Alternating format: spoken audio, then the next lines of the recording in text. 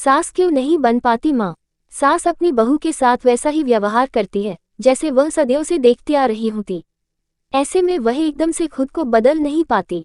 साथ ही कहीं न कहीं उनके मन में ये डर भी होता है कि उनकी बहू बेटे को दूर कर देगी।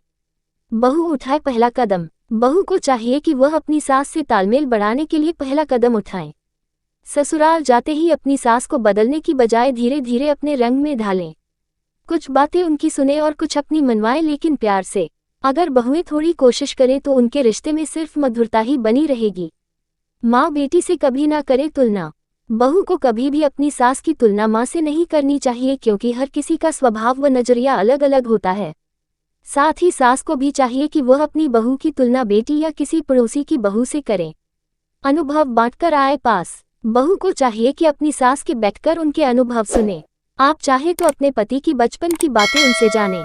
आपकी यह छोटी सी कोशिश सास बहू के रिश्ते को मजबूत और करीब ला सकती है। सुझाव लेने में झिझक कैसी?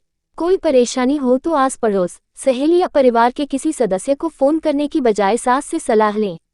जरूरी नहीं कि अगर आप सुझाव पसंद ना आए तो आप उसे माने, लेकिन सास से बात करने में तो कोई हर्ज नहीं है। जाने अपनी सास की पसंद। अपने पति की पसंद का ध्यान रखना अच्छी बात है, लेकिन अपनी सास की पसंद नापसंद को भी इम्पोर्टेंस दें। अपनी सास का दिल जीतने के लिए उनकी पसंद का ध्यान रखें। इसके अलावा जब भी शॉपिंग पर जाए सासू माँ के लिए कुछ जरूर लाएं और उन्हें मुस्कुरा कर दें। अगर बहू वर्किंग हो तो आज के इस मॉडर्न समय में ज़्यादातर लड़कियां शादी के बाद भी जॉब करना चाहती हैं। ऑफिस जॉब के चलते अगर वह घर में मदद नहीं कर पा रही है तो रिश्ते में दूरियां आनी शुरू हो जाती हैं।